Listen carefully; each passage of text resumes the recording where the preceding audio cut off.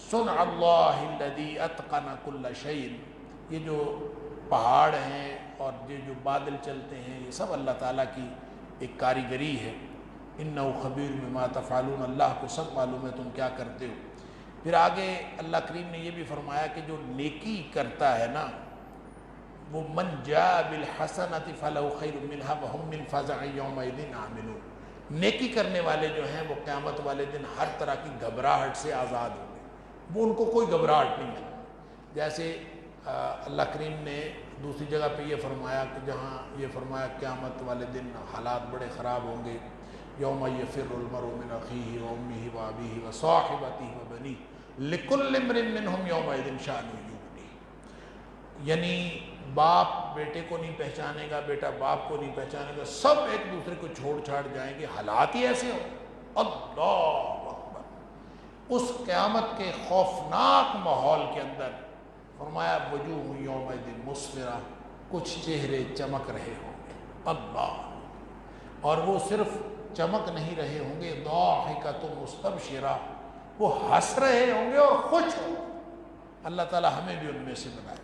تو جو نیکی والے ہیں ان کو کوئی گھبراہٹ، کوئی پریشانی کچھ نہیں ہوگی. ومن جاء بالسیئہ، اور جو برائیاں لے کر آئیں گے فکبت وجوہہم فی النار، وہ ان کو اوندھا کر کے جہنم میں پھینکا جائے گا. اللہ تعالیٰ معاف فرمائے. پھر فرمایا کہ آپ انما امرت ان اعبد رب هذه البلدہ، اے حبیب صلی اللہ علیہ وسلم آپ فرما دیجئے مجھے تو حکم دیا گیا ہے کہ میں صرف تبلیغ کروں اور لوگوں کو کہوں کہ اللہ تعالیٰ کی بندگی کریں. آگے سورۃ القصص ہے. سورۃ القصص اصل میں قصص کا معنی بیان، اور اس میں بھی ایک تو قصہ موسیٰ کی تکمیل ہے. موسیٰ علیہ السلام کی میں نے پہلے بھی عرض کیا تھا کہ قرآن حکیم میں سب سے زیادہ بیان ہونے والا قصہ ہے، لیکن اس کی جو تفصیل ان 3 صورتوں میں ہے تو یہ کہانی مکمل ہوتی ہے. سورہ شعراء کے اندر، سورہ نمل کے اندر اور سورہ قصص کے اندر، یہ ترتیب کے ساتھ. لیکن اس پوری صورت کا جو مرکزی مضمون ہے وہ یہ ہے کہ قوتوں اور قیمتوں کا جو اصل وزن ہے، دنیا میں جو قوت نظر آ رہی ہے کوئی ضروری نہیں قیامت والے دن اس کا وزن بھی ہو، اور دنیا میں کوئی چیز قیمتی نظر آ رہی ہے تو کوئی ضروری نہیں ہے کہ قیامت والے دن بھی اس کی قیمت ہو. لہٰذا قوتیں اور قیمتیں وہ ہیں، اصل قوت اللہ کی ہے اور اصل قیمت ایمان کی ہے. اللہ تعالیٰ عطا فرمائے. لہٰذا فرمایا کہ جو سرکش فرعون تھا نا، اس نے لوگوں کو تقسیم کیا ہوا تھا. ان فرعون علا فی الارض وجعل اہلہا شیعا یستضعف طائفۃ منہم. وہ یہ جو کہتے ہیں نا، انگریز کہتے ہیں ڈیوائیڈ اینڈ رول، لوگوں کو تقسیم کرو اور اس کے اوپر حکومت کرو. یہ فرعون کی سنت ہے. اللہ تعالیٰ فرماتا ہے کہ فرعون سرکش تھا، اس نے لوگوں کو مختلف حصوں میں تقسیم کیا ہوا تھا. ایک حصے کو کمزور کرتا تھا، دوسرے کو مضبوط کرتا تھا. یعنی ایک کو آپ کھلاتے پلاتے جاؤ، اس کو قوت دیتے جاؤ، دوسرے کو کمزور کرتے جاؤ. اور پھر ان کو کمزور ہی بیچاروں کو نہیں، یعنی اپنے جو ان کے قبطی تھے، ان کے لوکل جو آبادی فرعونیوں کی تھی اس کو وہ مضبوط کرتا تھا، اور جو بنی اسرائیلی تھے ان بیچاروں کو وہ صرف کمزور ہی نہیں کرتا، یذبح ابناءہم ویستحیی نساءہم، ان کے خواتین کو زندہ رکھتا تھا، ان کے بیٹے جو ہے وہ ذبح کر دیتا تھا. بڑا فسادی تھا. انہ کان من المفسدین. اللہ فرماتا ہے وَنُرِيدُ أَن نَّمُنَّ عَلَى الَّذِينَ اسْتُضْعِفُوا. ہم یہ چاہتے ہیں اور ہم یہ چاہتے تھے کہ ہم احسان کریں ان لوگوں پر جو کمزور تھے. اب کمزور لوگوں کو قوت کون عطا فرماتا ہے؟ اللہ تعالیٰ کی ذات. لہٰذا پھر آگے فرمایا مادی قوت کس طرح، ایمانی قوت کس طرح مادی قوت کا مقابلہ کرتی ہے. ایک طرف فرعون تھا جو صاحب اقتدار اور اپنے آپ کو کہتا تھا انا ربکم الاعلی، اور دوسری طرف کون تھا؟ ایک شیر خوار بچہ، ایک دودھ پینے والا بچہ. اللہ، یہاں سے اللہ کریم نے آغاز کیا ہے کہ اس کا کہ وَأَوْحَيْنَا إِلَىٰ أُمِّ مُوسَىٰ أَنْ أَرْضِعِيهِ، کہ ہم نے موسیٰ علیہ السلام کی والدہ کو کہا کہ دودھ پلاتی رہے، اور جب تمہیں ڈر لگے کہ یہ کوئی مسئلہ ہوگا تو پھر اس کو سمندر میں ڈال دے. اور وہ چلا گیا وہاں فرعون کے گھر میں، اور اللہ تعالیٰ نے موسیٰ علیہ السلام کی پرورش جو ہے فرعون کے گھر کی. اللہ فرمایا کہ جو اللہ کا کرنا ہوتا ہے وہ ہو کے رہتے. وَلِتَعْلَمَ أَنَّ وَعْدَ اللَّهِ حَقٌّ فَرَدَدْنَاهُ إِلَىٰ أُمِّهِ كَيْ تَقَرَّ. ابھی ایک مسئلہ یہ بھی تھا کہ جب ماں جو ہے اس سے بچہ بچھڑ جائے تو ماں تو تڑپ تڑپ کے مر رہی تھی۔ تو اب اللہ تعالیٰ نے اس کا انتظام یہ کر دیا کہ یہ جو بچہ تھا فرعون کے گھر میں آیا، یعنی موسیٰ علیہ السلام، وہ کسی کا دودھ ہی نہیں پیتے تھے، جو ماں بلائی جاتی اس کا دودھ ہی نہیں پیتے تھے۔ تو جو بہن تھی ان کی وہ پیچھے پیچھے گئی تھی، اس نے جا کے، اب وہ سارا تماشا دیکھ رہی تھی، تو اس نے کہا کہ میں تمہیں بتاتی ہوں کہ ایک ماں اور بھی ہے، اس کو بلاتے ہیں، شاید اس کا دودھ پی لے۔ اور ان کو بلایا گیا تو ان کا دودھ پی لیا۔ اب دودھ پلانے کے لیے فرعون نے اس بچے کو اس فیملی کے سپرد کر دیا۔ اللہ تعالیٰ فرماتا ہے فَرَدَدْنَاهُ إِلَىٰ أُمِّهِ، پھر ہم نے تمہاری ماں کی طرف تمہیں واپس کر دیا، اللہ اس کی ماں کی طرف واپس کر دیا، كَيْ تَقَرَّ عَيْنُهَا وَلَا تَحْزَنَ، تاکہ اس کی آنکھوں کی ٹھنڈک اس کو ملتی رہے اور وہ غمگین نہ ہو، وَلِتَعْلَمَ أَنَّ وَعْدَ اللَّهِ حَقٌّ، تاکہ آپ بھی سب جان لیں اور وہ بھی جان لے کہ اللہ کا وعدہ سچا ہے، وَلَٰكِنَّ أَكْثَرَهُمْ لَا يَعْلَمُونَ، لوگوں کو نہیں پتہ، اللہ کا کرنا ہو کر رہتا ہے۔ بہرحال بچہ بڑا ہو گیا، موسیٰ علیہ السلام بڑے ہو گئے، وہاں رہنا شروع کر دیا۔ حالات تو ایسے ہی تھے کہ اس نے بنی اسرائیل کو کمزور کیا ہوا تھا، قبطیوں کو مضبوط کیا ہوا تھا۔ اب ان حالات میں یعنی غلام بنایا ہوا تھا۔ حضرت موسیٰ علیہ السلام کڑتے تھے کہ کیا، ایک دن لڑ رہے تھے، مقامی آبادی کا ایک آدمی اور بنی اسرائیلی سے لڑ رہا تھا۔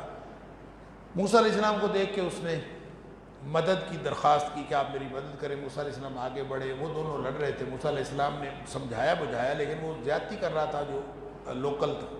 موسیٰ علیہ السلام اس کو مکہ مارا، وہ وہی ڈھیر ہو۔ اس پر جو ہے وہ موسیٰ علیہ السلام کو تھوڑی پریشانی بھی ہوئی، فرمایا ھذا من عمل الشیطان، یہ شیطان کا شیطانی کام ہے، یہ میرے سے سرزد۔ اگلے دن پھر وہ شخص لڑتا ہوا دیکھا گیا، بنی اسرائیلی جو تھا، تو حضرت موسیٰ علیہ السلام اس کی طرف بڑھے، اس نے کل دیکھا ہوا تھا کہ ایک مکے سے ہی بندے کا کام تمام ہو گیا۔ اس نے سوچا اگر آج مجھے مکہ لگ گیا تو کہیں میرا بھی کام تمام نہ ہو جائے۔ اس نے شور مچا دیا کہ کل بھی انہوں نے بندہ مارا تھا، آج پھر مارنا چاہتے ہیں۔ اللہ، بس اس پر پھر موسیٰ علیہ السلام کے قتل کا منصوبہ بن گیا، اور فرعون نے موسیٰ علیہ السلام کے قتل کا منصوبہ بنایا۔ وَجَاءَ رَجُلٌ مِّنْ أَقْصَى الْمَدِينَةِ يَسْعَىٰ قَالَ يَا مُوسَىٰ إِنَّ الْمَلَأَ يَأْتَمِرُونَ بِكَ لِيَقْتُلُوكَ، کہ پھر ایک کوئی خیر خواہ دور سے آیا بھاگتا ہوا، اس نے آ کے موسیٰ علیہ السلام کو اطلاع دی کہ تیرے قتل کا منصوبہ بن رہا ہے۔ خیر یہ وہاں سے نکل گئے موسیٰ علیہ السلام، پھر وہ مدین پہنچے ہیں، اور مدین جا کے دیکھا کہ کنویں پہ لوگ پانی بھر رہے تھے، دو بہنیں جو ہیں وہ الگ کھڑی ہوئی تھیں۔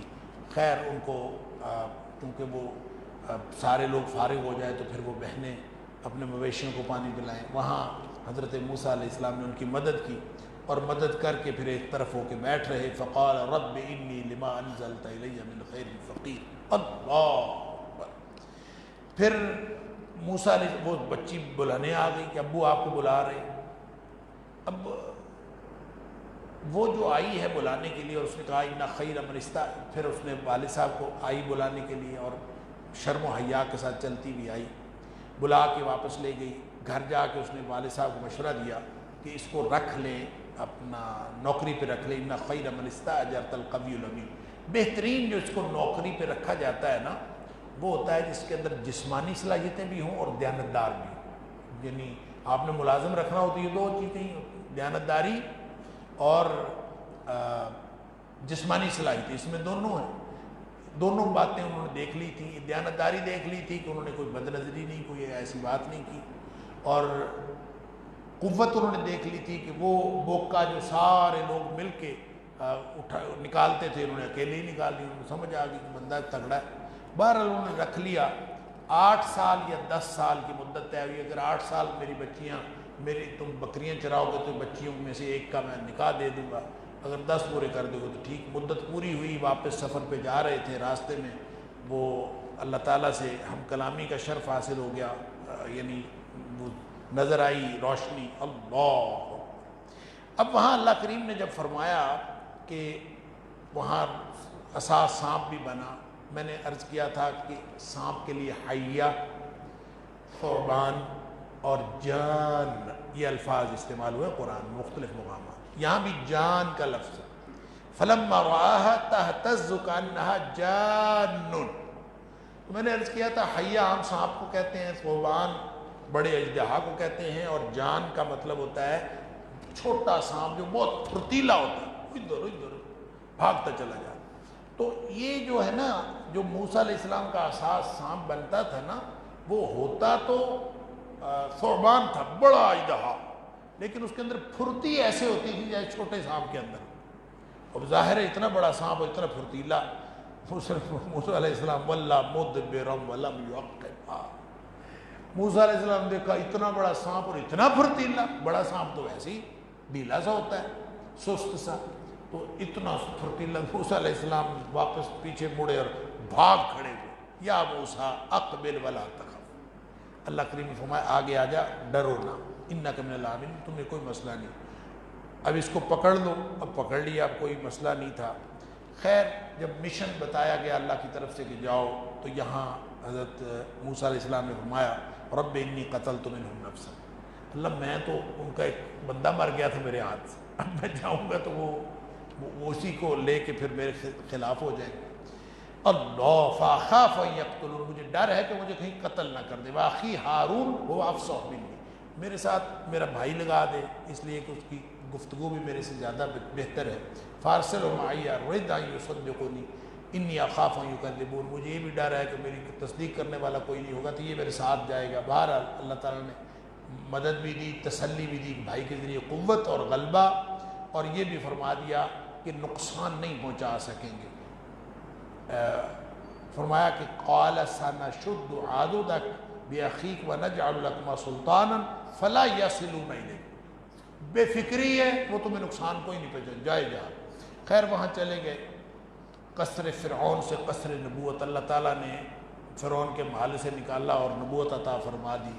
اس کے بعد وہ جادوگروں والا معاملہ ہوا، اور پھر وہ جادوگر بھی بالآخر جو ہے وہ مسلمان ہو گئے۔ یہاں پہ ایک بات جو باقی جگہوں پہ اللہ کریم نے بیان نہیں فرمائی، وہ ہے حامان والی بات۔ حامان وزیر تھا فرعون کا، تو وہ اس کو کہتا ہے کہ ایک عمارت بناؤ، اونچی عمارت بناؤ جتنی بن سکتی، تاکہ میں اس پر چڑھ کے دیکھوں کہ یہ موسیٰ جس رب کا پتہ بتاتا ہے وہ کہاں ہے، میں اس کو دیکھوں۔ اللہ، لگتا ہے بڑا ہی احمق تھا، مشرک ہوتا ہی احمق ہے، مشرک کی مت ماری ہوئی ہوتی۔ اور پھر خاص طور پر فرعون جو خود جو ہے وہ اپنے آپ کو ربکم الاعلی کہتا ہے، اندازہ کریں چھت سے اوپر جا کے اگر نظر آنا ہو تو یہاں سے نہ نظر آ جائے، کتنی کے اوپر چھت بنا لی۔ بہرحال اللہ تعالیٰ فرماتا ہے واستکبر، اس نے اصل میں تکبر کیا تھا، ہوا وجنودہ فی الارض بغیر الحق، ان کا حق نہیں بنتا تھا کہ وہ تکبر کرتے، تکبر اللہ کو شدید ناپسند ہے، انہوں نے تکبر کیا تھا، اس لیے فاخذناہ وجنودہ فنبذناہم فی الیم، ہم نے اس کے لشکر کو پکڑا اور غرق کر دیا۔ پھر آیت نمبر 44 سے 46 تک رسالت محمدی کا اس بات ہے۔ موسیٰ علیہ السلام کے واقعات کے وقت اے حبیب صلی اللہ علیہ وسلم آپ موجود تو نہیں تھے، اب ان واقعات کو جب نبی پاک صلی اللہ علیہ وسلم بتا رہے ہیں تو یہ تو ثبوت ہے نبی پاک صلی اللہ علیہ وسلم کی، دلیل ہے آپ کی سچائی کی اور آپ کی نبوت کی صداقت۔ یہاں ایک بات اللہ کے فرمایا قل فأتوا بکتاب من عند اللہ هو اہدی منہما اتبعہ ان کنتم صادقین، اے حبیب صلی اللہ علیہ وسلم آپ ان کو فرما دیجیے، کیونکہ پیچھے تورات کا ذکر ہو رہا ہے اور قرآن نبی پاک صلی اللہ علیہ وسلم پر نازل ہوا، فرمایا کہ ان دونوں کتابوں سے کوئی سچی کتاب اگر تمہارے پاس ہے تو تم لے آؤ، اتبعہ ان کنتم صادقین، اگر ان دونوں سے سچی کوئی کتاب ہے تو لے آؤ، میں اس کی پیروی کرنے لگ جاؤں گا اگر تم سچے ہو۔ اللہ، یہ چیلنج بھی ہے اور نبی کریم صلی اللہ علیہ وسلم کی اور اسلام کی روشن خیالی کی سب سے بڑی دلیل بھی، یعنی دنیا جو ہے وہ کبھی دیکھا ہے کہ کوئی اسلام کے علاوہ اور قرآن کے علاوہ کسی نے یہ چیلنج اس طرح سے دیا ہو کہ لاؤ اس سے زیادہ کوئی سچی کتاب ہے تو اگر وہ سچی ہے تو ہم اس کے اوپر عمل کرنا شروع کر دیں گے۔ تو قرآن کا یہ چیلنج نبی اکرم صلی اللہ علیہ وسلم سے کہلوایا گیا کہ اس سے سچی کتاب ہے تو لاؤ، میں اس پر عمل کرنا شروع کر دوں گا۔ تو یہ دراصل اسلام کی حقانیت کا ثبوت ہے۔ لیکن اللہ تعالیٰ فرماتا ہے کہ ان کا انکار کا سبب ہوائے نفس تھا، ایسا نہیں اور کوئی وجہ نہیں تھی کہ ان کو سچی نہیں لگتی تھی کتاب تو سچی لگتی تھی، خواہش نفس کی وجہ سے وہ اصل میں یہ سارا کچھ کر گئے۔ آیت نمبر 51 سے آگے اہل ایمان کی تعریف ہے۔ اہل ایمان کون ہوتے ہیں؟ آیات الہیہ پر ایمان رکھنے والے، لغو سے پرہیز کرتے ہیں، فضول چیزوں سے، بھلائی کے ذریعے برائی کا خاتمہ کرتے ہیں، ہدایت کی پیروی کرتے ہیں، انفاق بھی سبیل اللہ کرتے ہیں، اللہ کے راستے میں سب کچھ خرچ کر دیتے ہیں، گمراہوں سے علیحدگی اختیار کرتے ہیں، گمراہوں کے ساتھ نہیں لیتے، اور پھر فرمایا کہ ہدایت اللہ کے ہاتھ میں ہے، انک لا تہدی من احببت، اے حبیب صلی اللہ علیہ وسلم آپ جس کو چاہیں آپ اس کو ہدایت نہیں دے سکتے، اللہ جسے چاہتا ہے ہدایت دیتا ہے، سبحان اللہ۔ پھر جو گمراہی کا انجام ہے اس کا ذکر کیا گیا کہ اللہ کی سنت ہے، وما کان ربک مہلک القری حتی یبعث فی امہا رسولا، اللہ تعالیٰ جب تک کسی قوم کے اندر رسول نازل نہیں کرتا، حجت تمام نہیں کرتا، اس وقت تک اس بستی کو تباہ و برباد نہیں کرتا۔ اور پھر فرمایا وما کنا مہلک القری الا واہلھا ظالمون، ہم کسی بستی کو جب تباہ کرتے ہیں تو وہ دراصل بستی والے خود ہی ظالم ہوتے ہیں جو اس کے اوپر ہلاکت و بربادی ہوتی ہے۔ سورہ ہود کے اندر ہم نے پڑھا تھا کہ اللہ تعالیٰ نے وہاں فرمایا ما کان ربک یہلک القری بظلم واہلھا مصلحون، جس بستی کے لوگ اصلاح کا عمل جاری رکھے ہوئے ہوں اللہ اس بستی کو تباہ و برباد نہیں کرتا۔ تو اس یہاں فرمایا کہ جب خود ہی ظالم ہوتے ہیں تو پھر ہی وہ تباہ و برباد ہوتے ہیں، جس کا مطلب یہ ہے کہ جو بستی کے لوگ خود ظالم نہ ہوں اور اصلاح کا عمل جاری رکھے ہوئے ہوں اللہ تعالیٰ ان کو تباہ و برباد نہیں فرماتا۔ آگے مشرکین سے چند سوال کیے گئے ہیں، این شرکائی الذین کنتم تزعمون، کدھر، یعنی قیامت والے دن اللہ تعالیٰ ان سے پوچھے گا کدھر ہے تمہارے شریک جن کو تم خیال کرتے تھے کہ شریک ہے۔ اور پھر قال الذین حق علیہم القول، جن لوگوں کے اوپر ان کی اللہ کی بات ثابت ہو چکی ہوگی کہ ان کا شرک ثابت ہو چکا ہوگا، وہ کہیں گے ربنا ہؤلاء الذین اغویناہم کما غوینا، اللہ اکبر، کہ یہ جو مشرک ہوتے ہیں نا، اور مشرک بھی اور ان کے شریک بھی، یہ عجیب و غریب بات ہے کہ میں نے پہلے بھی عرض کیا کہ اللہ تعالیٰ قرآن میں بار بار کہتا ہے کہ شرک کی کوئی دلیل نہیں۔ فرمایا کہ یہ جو مشرک ہے نا، یہ شرک میں مبتلا ہی اس وقت ہوتے ہیں جب بغیر دلیل کے کسی کی بات مانتے ہیں۔ تو یہاں اللہ تعالیٰ فرماتا ہے کہ وہ کہیں گے کہ جیسے ہم گمراہ ہوئے تھے ویسے ہم نے آگے لوگوں کو گمراہ کرنا شروع کر دیا، یعنی بغیر سوچے سمجھے کسی کی بات ماننا، بغیر دلیل کے اور بغیر دلیل کے اس پر عمل کرنا شروع کر دینا، وہ خود اپنی گمراہی کا بھی باعث بنتا ہے اور دوسروں کی گمراہی کا باعث بنتا ہے۔ آگے دلائل توحید ہے کہ اللہ کریم جو ہے وہ تخلیق اور اختیار کا مالک ہے، سینوں کے رازوں سے بھی واقف ہے، اللہ اکبر، ما تکن فی صدورہم وما یعلنون، وہی الہ ہے، اسی کا حکم اور اسی کی حمد ہے، اسی کی طرف لوٹ کر جانا ہے۔ ہمیشہ کے لیے اگر رات ہو جائے تو روشنی لانے والا اس کے علاوہ کوئی نہیں، ہمیشہ کے لیے اگر دن ہو جائے تو رات پرسکون کون لائے گا۔ یہ اللہ تعالیٰ نے اپنی قدرت الہیہ کی چند باتیں، چند مثالیں یہاں دی۔ پھر آگے قارون کی مثال دی ہے آیت نمبر 76-77 میں کہ قارون ایک امیر آدمی، نہ قارون کان من قوم موسیٰ علیہ السلام کے قوم میں سے تھا۔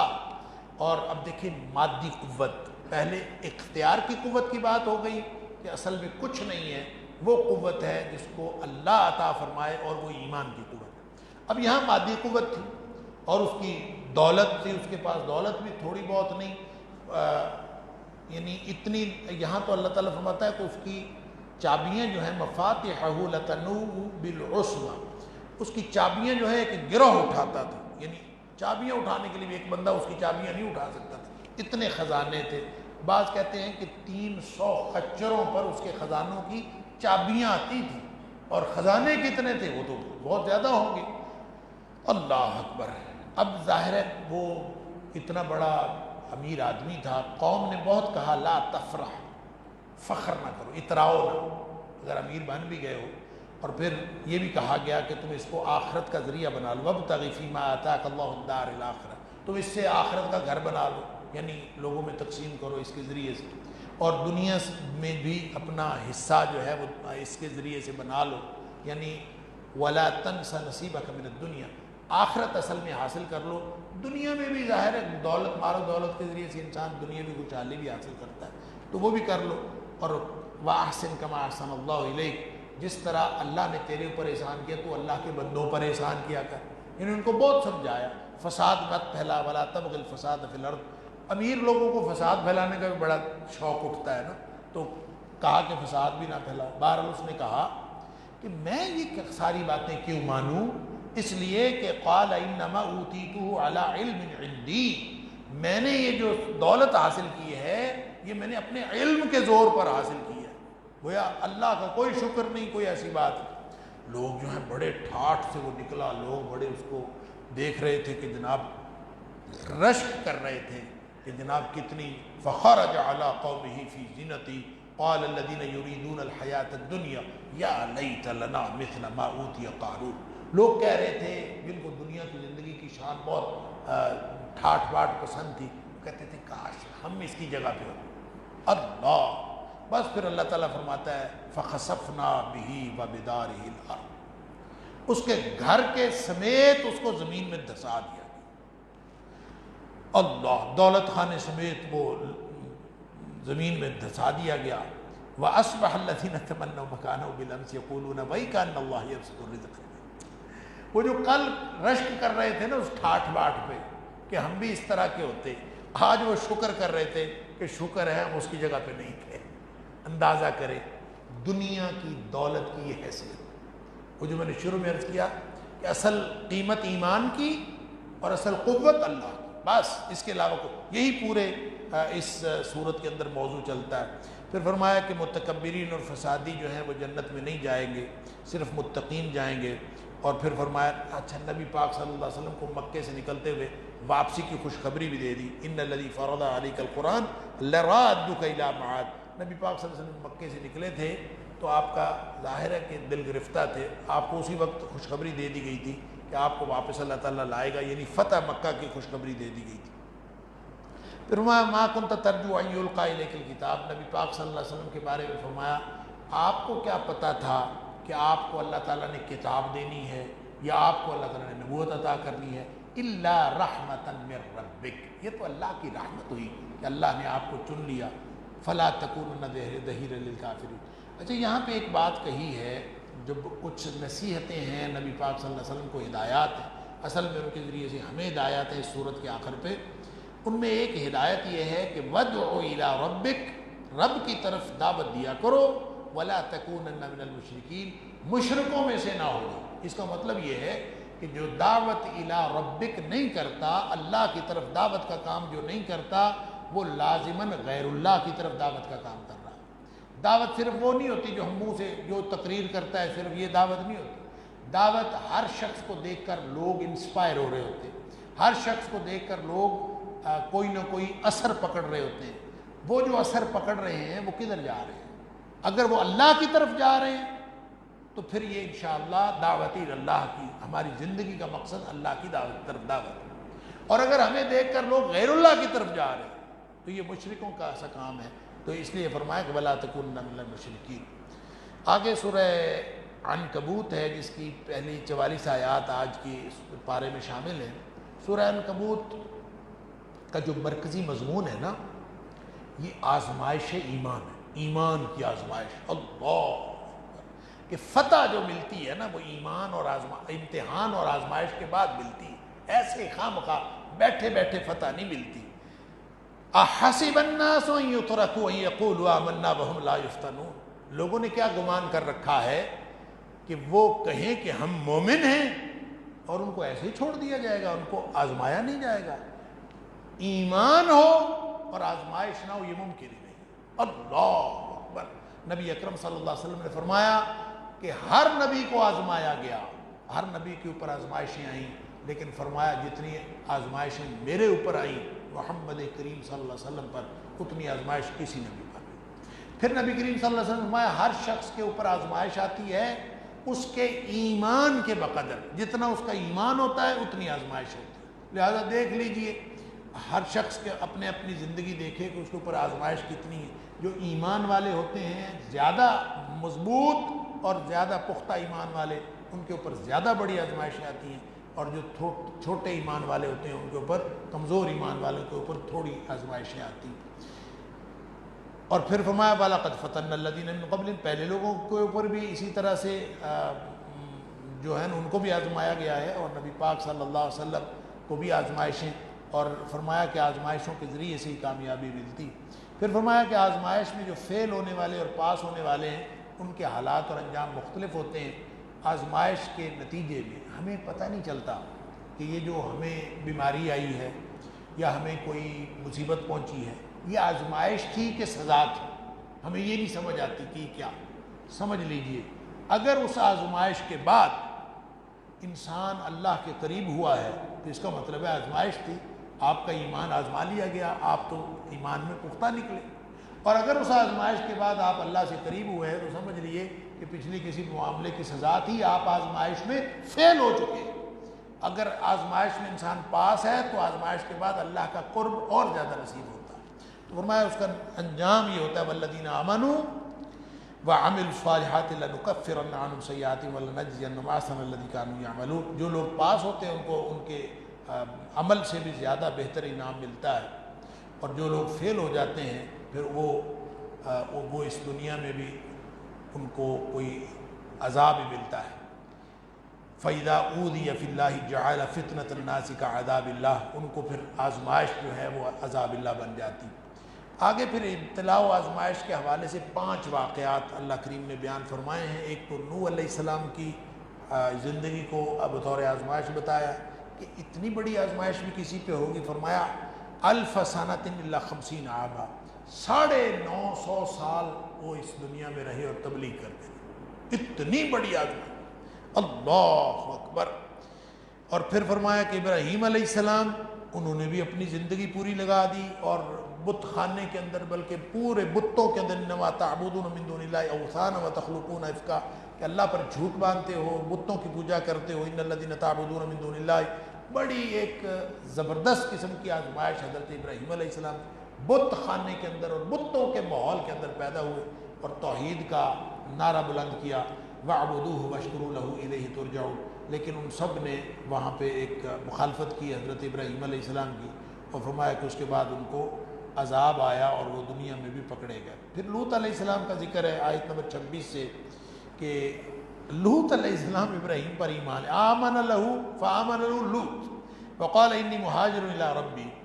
لوط علیہ السلام ان کے اوپر ایمان لائے، بھتیجے تھے حضرت ابراہیم علیہ السلام کے، اور دوسرے شہر میں ان کی ڈیوٹی لگی تھی، لیکن ان جس شہر میں ڈیوٹی لگی تھی اس شہر کا جو کلچر تھا، اللہ اکبر، وہ عجیب و غریب کلچر تھا۔ ان کی معاشرتی حالت جو اور اخلاقی حالت جو تھی وہ پرلے درجے کی بے حیائی تھی۔ وَلُوطًا إِذْ قَالَ لِقَوْمِهِ إِنَّكُمْ لَتَأْتُونَ الْفَاحِشَةَ، یعنی ایک تو بے حیائی، ما سبقکم بہا احد من العالمین، اس سے پہلے کبھی دنیا میں وہ بے حیائی دیکھی نہیں تھی۔ آج کے دور میں تو ہم جو بے حیائیاں دیکھ رہے ہیں اس میں سابقہ امتوں کی بے حیائیاں بھی اور نئی بے حیائیاں اس کے اندر اللہ تعالیٰ معاف فرمائے۔ تو فرمایا آئنکم لتأتون الرجال وتقطعون السبیل وتأتون فی نادیکم المنکر۔ 3 باتیں خصوصیت کے ساتھ فرمائیں۔ ایک تو پرلے درجے کی بے حیائی کہ مرد مردوں کے ساتھ شہوت پوری کرتے تھے، اور دوسرا رہزنی کرتے تھے، ڈاکے ڈالتے تھے، اور تیسرا یہ کہ تاتون فی نادیکم المنکر، رقص و سرود اور ناچ گانے کی محفلیں سجاتے تھے، اللہ اکبر۔ گویا یہ بھی لوط علیہ السلام کی قوم کی سنت ہے، یہ جو رقص و سرود کی محفلیں جن کو عام طور پہ ہمارے ہاں تو اب کلچرل شو کہتے ہیں، کلچرل شو، یہ ان کا کلچر تھا، اللہ تعالیٰ معاف فرمائے۔ بہرحال ان کے اوپر بھی عذاب آیا، رجزا من السماء بما كانوا يفسقون، جو بدتمیزی کرتے تھے اور جو انہوں نے گناہ کا ماحول بنایا ہوا تو اس کے اوپر عذاب آیا۔ آگے شعیب علیہ السلام کا ذکر ہے آیت نمبر 36 سے، پھر قوم عاد اور سمود کا ذکر ہے، پھر اجمالاً فرعون کا ذکر بھی ہے، اور فرمایا فَكُلًّا أَخَذْنَا بِذَنبِهِ، سب کو جتنی تاریخ ہے نا، اس تاریخ میں جتنے لوگ تھے سب کو ہم نے پکڑ لیا، ان کے گناہوں کے سبب پکڑا، راہ حق کی جتنی رکاوٹیں تھیں اور قوتوں کا صفایا کرتا۔ وہ جو شروع میں تھی نا بات، اصل قوت اللہ کی اور اصل قیمت ایمان کی، سب کا صفایا ہو گیا، تمام مشرکوں کے اوپر عذاب آیا۔ فَمِنْهُمْ مَنْ أَرْسَلْنَا عَلَيْهِ حَاصِبًا، کچھ تو ہے جن کے اوپر آسمان سے پتھر برسے اور پتھر برسانے والی آندھی آئی۔ وَمِنْهُمْ مَنْ أَخَذَتْهُ الصَّيْحَةُ، کچھ کو چنگھاڑ نے پکڑ لیا۔ وَمِنْهُمْ مَنْ خَسَفْنَا بِالْأَرْضِ، بعض کو ہم نے زمین میں دھسا دیا، اللہ اکبر۔ وَمِنْهُمْ مَنْ أَغْرَقْنَا، اور بعض کو ہم نے سمندر میں غرق کر دیا۔ وَمَا كَانَ اللَّهُ لِيَظْلِمَهُمْ وَلَٰكِنْ كَانُوا أَنفُسَهُمْ يَظْلِمُونَ، اللہ نے ان کے اوپر کوئی ظلم نہیں کیا، انہوں نے اپنی جانوں پر خود ظلم کیا۔ پھر فرمایا مشرکین کا جو عقیدہ ہے نا، اس کی حیثیت یہ ہے، اس کی حقیقت یہ ہے کہ جیسے مکڑی کا جالا ہو نا، یہ جو مکڑی جالا بناتی ہے وہ کتنا کا مضبوط ہوتا ہے، یعنی اس کو تھوڑی سی تیز ہوا آ جائے تو جالا ساتھ ہی اڑ جاتا ہے، فرمایا کہ یہ جو مکڑی کے جالے کی طرح مثل الذین اتخذوا من دون اللہ اولیاء، جو اللہ کے علاوہ اور اولیاء بناتے ہیں یعنی شرک میں مبتلا ہوتے ہیں، کمثل العنکبوت اتخذت بیتا، جیسے مکڑی جالا بناتی ہے اس طرح کا ان کے عقیدے، ان کے پورے نظام عبادت اس کی حیثیت بھی ہے۔ وَإِنَّ أَوْهَنَ الْبَيُوتِ لَبَيْتُ الْعَنْكَبُوتِ، مکڑی کے جالے سے زیادہ کمزور گھر بھی کوئی ہوتا ہے؟ لہٰذا جو لوگ شرک میں پناہ لیتے ہیں، نہ دنیا میں ان کو کوئی فائدہ ہے نہ آخرت میں کوئی فائدہ ہے، اس سے بدترین عقیدہ اور کوئی ہو ہی نہیں سکتا۔ فرمایا یہ ساری مثالیں وَتِلْكَ الْأَمْثَالُ نَضْرِبُهَا لِلنَّاسِ وَمَا يَعْقِلُهَا إِلَّا الْعَالِمُونَ، یہ ساری مثالیں ہم اس لیے لوگوں کے لیے بیان کرتے ہیں تاکہ لوگ سمجھ جائیں، لیکن سمجھتے وہی ہیں جن کو اللہ تعالیٰ علم عطا فرماتا ہے۔ علم کیا ہے؟ قرآن و سنت ہے۔ اللہ تعالیٰ مجھے اور آپ کو قرآن و حدیث سمجھنے اور اس پر عمل کرنے کی توفیق عطا فرمائے۔ وآخر دعوانا الحمدللہ۔